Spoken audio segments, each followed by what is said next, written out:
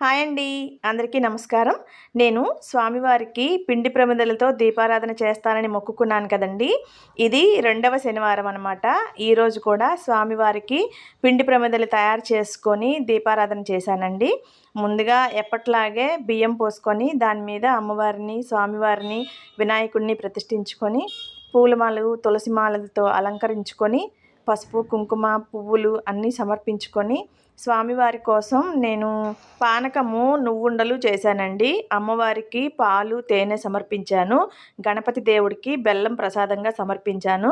ముందుగా గణపతి స్వామికి దీపారాధన చేసి గాయత్రి మంత్రం చదువుకొని లక్ష్మీదేవికి, విష్ణుమూర్తికి లక్ష్మీ గాయత్రి మంత్రము, విష్ణు గాయత్రి మంత్రము చదువుకొని అష్టోత్తరాలు కూడా చేసుకొని చివరిగా స్వామివారికి ప్రసాదాలన్నీ నైవేద్యంగా సమర్పించి మంగళహారతినిచ్చానండి.